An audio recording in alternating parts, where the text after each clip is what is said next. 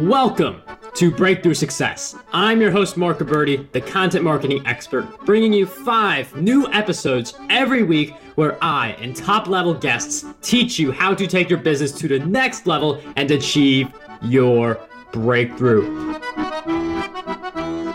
With any business, we want to grow it because for some people, that means more revenue. It means spreading their message. We all have different reasons why we want to grow our businesses. But once you start your business and you're putting in the work, you typically want to grow it. And our guest today is a big expert on growing businesses. And he's actually built 2 businesses that each do multi-million dollars in revenue. And he did this before turning 27. He was named as one of Influencive's top 30 entrepreneurs under 30 and won the Best New Business Award by Brighthouse in Central Florida. He's done business with Kevin Harrington, a past investor from Shark Tank, and his current venture is Unicorn Innovations, which is focused on providing innovative training solutions for businesses looking to acquire more customers. They do it through coaching, community, and courses. Today's guest for episode 178 of the Breakthrough Success Podcast is none other than Jeremy Adams. Jeremy, it is such a pleasure to have you on the show. Yeah, man. Thanks so much for having me. And thank you for the amazing introduction as well. Jeremy, it is such a pleasure to have you on the show. And I mean, 2 multi-million dollar businesses before turning 27. I mean, like, that is such an achievement. I'm sure a lot of listeners want to know how you did that and how they can grow their businesses as well. So we're going to get into that. But before we do, I'd like to start with some background. So why Unicorn Innovations? Like, what made this happen? So, and it's something not in a bragging way, I was just going to throw out as well. I actually recently, I think since you initially took my bio, because we've actually, and I just want to give props to Mark. I've canceled on him a couple times, and he stuck with me, and so I'm very thankful for that. But I actually was a recent Forbes 30 under 30 as well since submitting the bio to you. So that's really, very, very thankful for that. A lot of good people around me to make that happen. Unicorn, we had our agency with Kevin Harrington, and we exited that about a year ago now, and kind of my partner Max and I, who co-founded Unicorn, we had so many challenges with just taking on business that we didn't want to take on, working with people that we didn't want to work with. So we're like, fuck it, this new company is going to be different. And so we're like, let's just come up with a really unique name. Let's just have it our own, have it something that's us, that we have pride in, that we enjoy.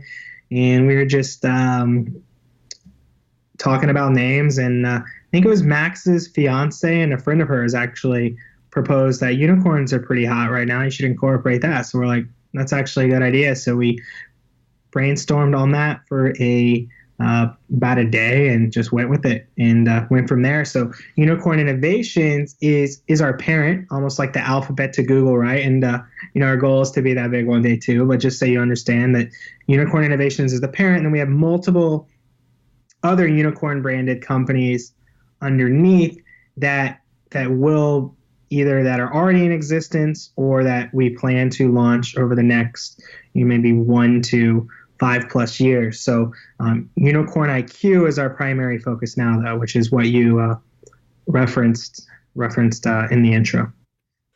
And I mean, it's really fascinating to hear about the growth, and congrats also on getting featured in Forbes. That is a big you should be very proud of that. I'm sure you are. But you mentioned how you have all these different ideas happening, and you've had multiple businesses that have achieved that very successful multi-million dollar revenue status. And with any business, the foundation that you lay is really important. And I'm wondering, how exactly do you lay the foundation to achieve success in business? So what's the foundation look like for Unicorn Innovations and for your other company that we're going to talk about pretty soon, Prestige Food Trucks? So foundation in a sense of partners and ground rules and mission and stuff? Is that what kind of you're looking for, or can you elaborate on that a little? Just like the starting point for those businesses. Like, are there like a few things you like to do for each business before you take it off the ground?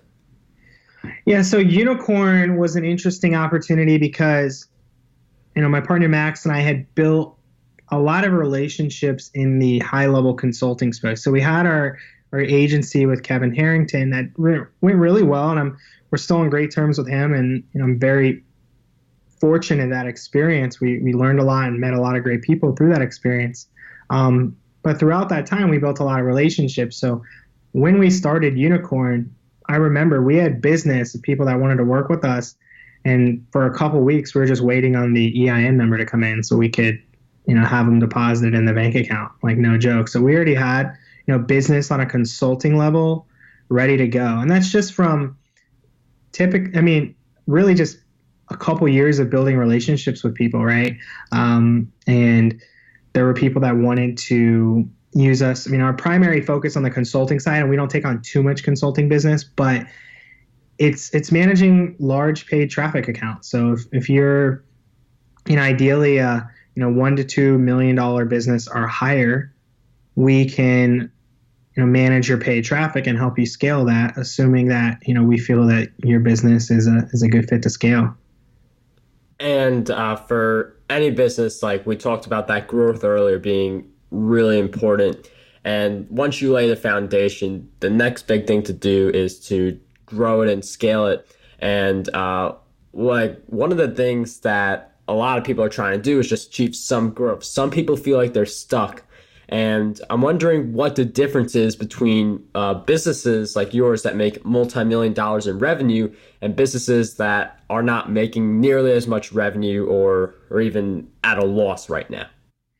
Yeah, so I think a more applicable answer, back to your question, and I think you're kind of searching for it now. When we launched our agency with Kevin Harrington, he had so many people in his network that were looking for what we could offer that he just had to finalize our business partnership so he could kind of funnel them to us. So I think that's really important. And obviously I had built the relationship with Kevin from, a year prior of work and essentially just texting him every 4 days until he agreed to have lunch with me, and then figured out what we could help him with and went from there and just tried to add value to what he was doing. But you don't necessarily have to partner with a Kevin Harrington. There's a lot of influential people. There's a lot of companies that could send you a bunch of leads. I'm a big believer in getting creative with strategic partnerships. So for us, Kevin was a great strategic partnership. He was able to bring a lot of leads that were interested in marketing and selling more of a product or service. He has hundreds of people a day literally reaching out to him for that.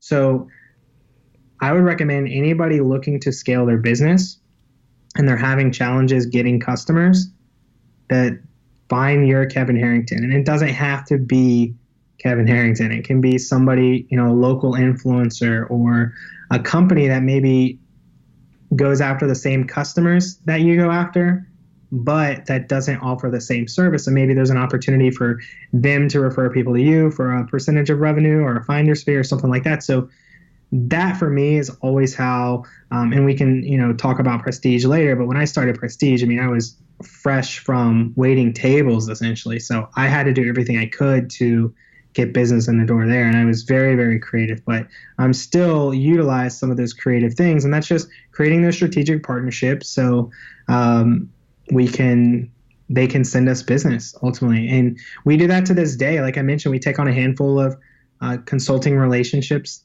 today, and we partner with some really high level companies in our space that don't offer exactly what we're offering. We say, hey, and this is what we do. If you feel it's a fit for anybody you're working with, let us know, and I'm happy to connect. And we've generated a lot of revenue just from doing that. And I really love the idea of partners and relationship building. That's one of the reasons I love hosting the Breakthrough Success podcast, because I get to meet so many wonderful people like yourself through interviews. And I also get to learn at the same time. Like podcasting just has like so many different benefits to it. But people listening to the show they hear that like, okay, like you built a relationship, you have a strategic partnership with Kevin Harrington, and you mentioned that you were communicating with him every 4 days, and like to some people, I feel like when they see that someone like had a strategic partnership with Kevin Harrington or someone else, some people may feel like it's really hard for them to do because maybe they haven't had a strategic partnership with anyone yet. And meanwhile, you have a strategic partnership with Kevin Harrington, and I'm sure other people as well. And I'm wondering for someone who's listening who doesn't have a strategic partnership yet or wants to build one, what would your advice be for them? Yeah, so and I didn't just start out of the womb, working with Kevin Harrington, of course. And I just turned 28 and I was still relatively new in the entrepreneurial space, but I have a lot of experience. And the reason I have a lot of experience is just because I started really, really young. So when I was waited tables through my teens, so I was able to earn a pretty good income, especially for where I grew up and what the environment I grew up in. The income was really solid. So I started getting really hungry to earn more money, right? And then at 20, a gentleman I waited on, and he was kind of a regular of mine. I just was really intrigued by what he was doing. And I mean, that there's just waiting tables, the amount of people you meet, just like think about how many on a nightly basis you connect with. Like all it takes is one or two people, many cases, one person to change your life and just expose you to a world that you may have not even known existed. So, we just talked and built a good rapport, and I just kind of stumbled upon asking, hey, like I want long term something bigger than this. Like if you have any projects, like I don't mind essentially just doing whatever the fuck you need me to do. Like I will just do whatever you need so I can learn from you. And when you ask that in a really nice way, hey, I know you're a busy guy. I know you have a lot going on. Is there anything I can take off your plate? Right? Is there any value I can help you with? I know you are so busy with everything you have. There has to be something or some things that you just aren't able to get to because you have so much going on. Where is an area I can help? And just figuring out how to add value first and foremost. And I started working with that guy, and we worked together for a couple of years. And I was just like his assistant. I mean, he literally started paying me. He's kind of a cheap guy, but I think I was making $10 an hour, and I was doing for $10 an hour. I was doing some of the craziest things. I mean, I was building PowerPoint presentations. I was working at trade shows on different products he was launching. I mean, I was like the most versatile $10 an hour, but I didn't care because I knew I was just learning. And then eventually, from that, he was the initial investor and co-founder of Prestige Food Trucks at 22. So, everybody definitely starts somewhere, and it all just traces back to, where can you add value? And if you're looking for a strategic partnership with a company or with an influencer, most companies like a couple of things across the board. They like making more money, and they like making their customers happy or happier. And if you can present an option to a company, hey, this is the service I have, this is the solution I have, based on what I know about your company, I feel you offer them this. If they got this in addition to what you offer, not only can you make extra revenue, but it's going to give your customer a better experience. Ultimately, happier customers, we all win, right? The customer wins, you win, I win. So, presenting whatever product or service you have in a manner like that to a company that could be that strategic partner, and present it in a way where you're adding value. Say, hey, the first two, I'll do for free to build trust. Do you have any legacy clients that you just want to build a lot of trust with? Or do you have someone on your team that I can just figure out a way to add value and figure out a way to build trust? And if that means doing a little bit of work for free or heavily discounted, just do it because it'll really benefit you long term. And one interesting thing that I want Breakthrough Success listeners to get from your answers that it wasn't like you made connections at a networking event or an area where like you typically make connections. Now, networking events are great, but there are opportunities like they just happen in that moment, and it could be like something far away from the business world, like being a waiter, for instance. Like that's something where you wouldn't think of it as building business connections, but you can take that opportunity and utilize it to build connections only if you are ready for the opportunity. So I just wanted to point that out and transition also into your business. Prestige Food Trucks is something I promised I would do. For listeners who don't know, Prestige Food Trucks did over $1 million in revenue in its first year. And I was really amazed by that rapid growth. And I knew that I had to ask you, like, how did you achieve that rapid growth so quickly? Yeah, I mean, the easy answer is I just believed I could, right? And I didn't know I would achieve a certain amount of revenue. I was just like, this is the moment I've been waiting for. I know I can freaking make this business work. And I didn't know how I was going to make it work. I believed I could. And that was just my energy. And I'm a big believer in the law of attraction. You know, you have to believe for things to happen, for them to happen. And I just figured it out. And in the food truck industry, you know, the average truck back then, it was probably the average truck, because we were just trying to be super price competitive and take on any business. I mean, maybe $80,000. So if you think about it, you know, 15, 20 customers or whatever isn't really a lot of customers in a year, but they're super long sales cycles and they're very stressful relationships to deal with. So it definitely was a very interesting experience to have that much stress with like 15 total customers, if that makes sense.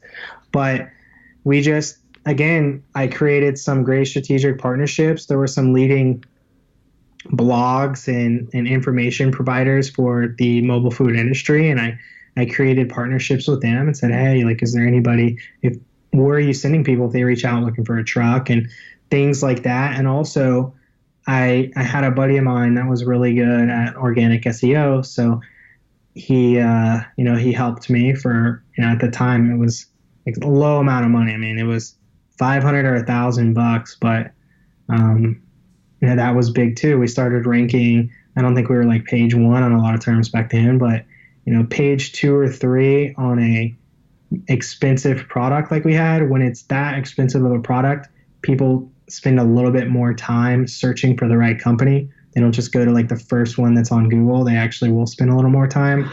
So, we started getting organically some leads, and we slowly grew from there. But it was a combination of strategic partnerships and internal marketing efforts that was able to make me grow.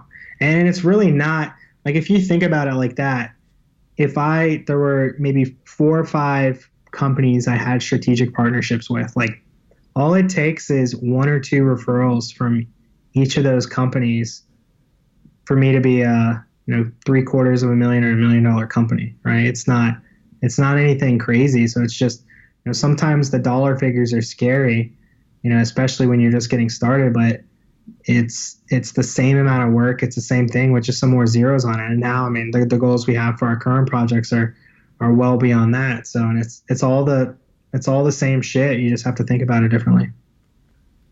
And it's really like you had the mindset that was key, because for a lot of goals, like if you have the right mindset, that'll determine whether you accomplish those goals or not.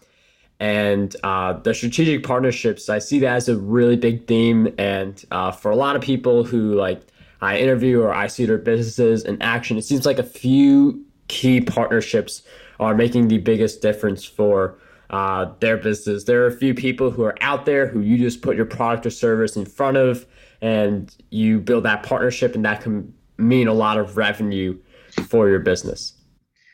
100%. And that's still, I mean, and now there's depending on what you're selling, there's affiliate networks and stuff. I mean, those companies essentially are giant referral partners, right? That just negotiate and handle everything for you. But yeah, I mean, so many businesses, especially if you're just like a local service-based business, you can reach max production or max fulfillment just from local strategic partnerships. I mean, real estate agent, there's so many businesses, especially at a local level. It's very, very realistic to generate quality revenue and a quality income for yourself just with a handful of super high level strategic partnerships. And like with the affiliate idea, like I am a part of several affiliate programs. I've been an affiliate manager myself for my launches, and I really do see the power of that. Like there, it's so easy to build the relationships and build them into strategic partnerships. It's just a matter of putting the time to make it happen. Yep, absolutely. And it does take some consistency, and people may not start sending you business the first time you reach out. I mean, you really have to, in many cases, be persistent and just convince them that you're the best option to refer business to, because they can, in many cases, refer business to a lot more options outside of you. You just have to build enough trust with them so they feel like sending the business to you is a good idea. And persistence seems like a common theme for any goal worth pursuing. Like you hear about someone accomplishing their goal, and usually persistence is something that is a dominant part of that talk someone gives about how they accomplish their goal. And a lot of people, they have goals right now. Um, some people do feel stuck. That is something that I've mentioned before. I feel like that's a theme. Like some people do feel stuck. They feel like they just want to grow a lot more than what they're growing right now. So, with that in mind, what do you believe holds most people back from achieving their goals? The belief, or the little belief in themselves, right? I mean, it's just all what you believe. Our mindset and our egos, in many cases, are our own worst enemy. And I mean, I was talking to someone recently that's, their worst case scenario, if they start their business and they fall on their face, their worst case scenario is, I got to go move back in with my mom. I'm like, that's your worst case scenario. I mean, there's people all over the world that would be like, they couldn't even imagine living in with a roof over their head and AC and food on the table every night. I mean, your worst case scenario is living with your mom, or living with a friend, or whatever it is. I mean, that's where ego gets involved, where it's just like you're really just worried that much about like maybe what people think about you, or what your mom thinks about you, or something like that, that you wouldn't follow your dreams or take. I even hate the word taking the lead, because I actually think it's more risky in many cases, not all cases, but in many cases, to work for somebody else your whole life and have them dictate your future and your income. I mean, that's risky to me, not dictating your own future. So I don't even like to say the word take the leap, but really just, focusing on an entrepreneurial path, right? And if that's that's in many cases, that's people's worst case scenario. Oh, I'm going to fail, and I'm going to have to ask my friend if I can stay on their couch, or I'm going to have to move back in with my mom. And in this country, like, anyone for the most part could achieve what they wanted if they just didn't get in their own way. And that's just the biggest challenge, is people just get in their own way.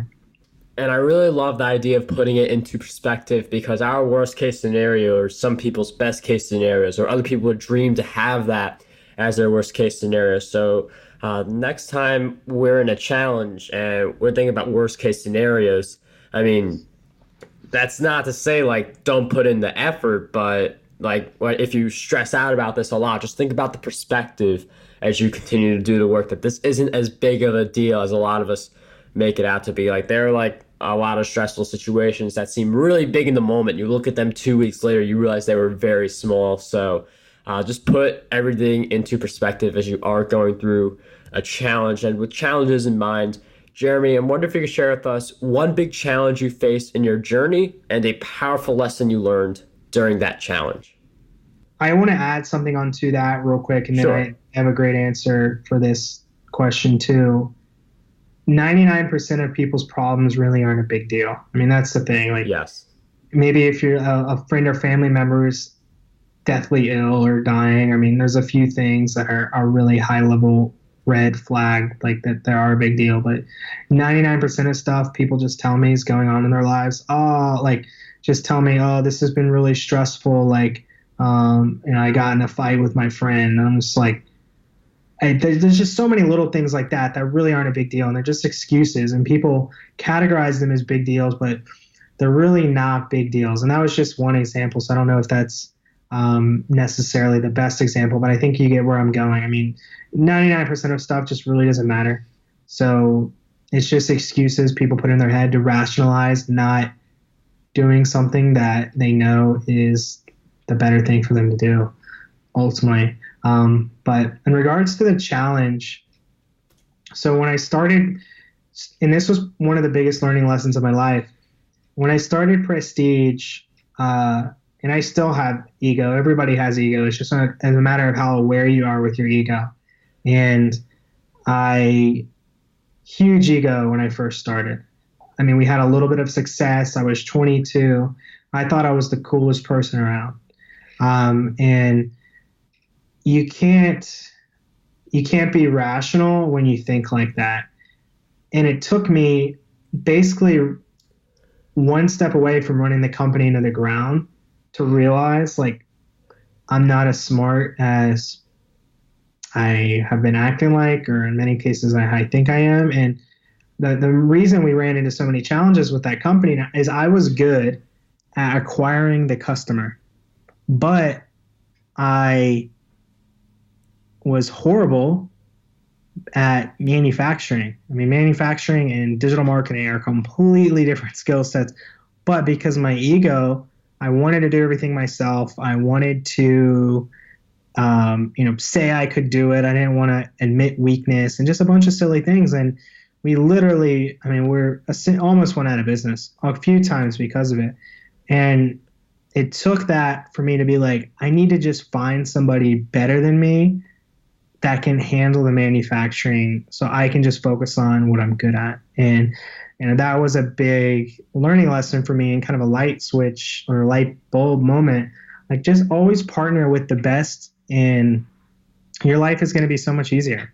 And about 3 years ago, we merged with our biggest competitor, and they had been manufacturing for 16 years or so at the time. And they were the best manufacturer in the world, but they're like, we need more orders.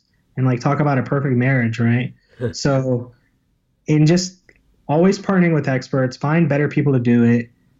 And I didn't want to admit that I couldn't do it. And looking back at it, that's just so stupid. I mean, we limited our business's growth. Employees suffered, customers suffered, all because of my ego. And I just, now I get excited about partnering with people that are more talented than me, because that means we're just going to have a more successful business. And in many cases, people are more talented than me because, I've learned that there's a lot of people out there that are more talented and more intelligent. And, your goal should be to be around as many of them as possible. And that's a great approach for growing any business when you become more customer centered and employee centered. In your case, like employee centered is also really important because I feel like a lot of business owners, we have the customer centered down, but when you have your employees, you also have to become employee centered because the more centered you are towards those employees, the more motivated they're going to be and the more work you're going to put in, they're going to put in to grow the business. And you could also have a big impact on their futures. Yeah, absolutely. Absolutely, man. And one of the things that I enjoy doing is reading books in addition to doing all the other things I do in general. And I'm wondering if you could share with us 3 great books that you believe will have a positive impact on us.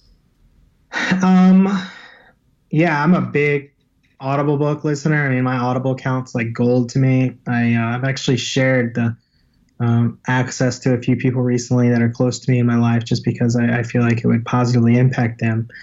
But I think it all comes down to mindset, and there's a lot of technical books, and technical books are extremely important.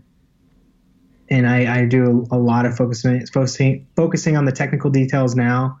But to really get your mind right, I think is the most important because then everything else can follow.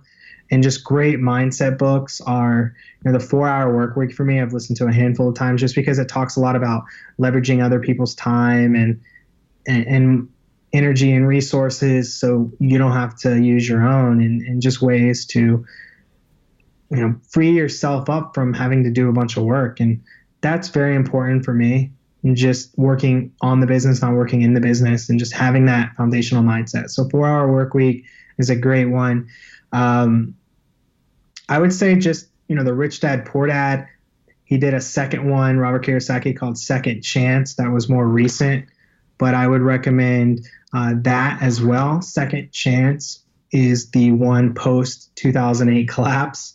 And it just talks about how, education is the new currency, and, you need to value what you learn and your experiences and your network. And that really is way more valuable than currency. And once you start, many people put money on a pedestal, and that's where they get in trouble. If you put your education and your network and all of that on a pedestal, the money will follow. And just really looking at your education as the best form of currency instead of money, I think is also extremely important.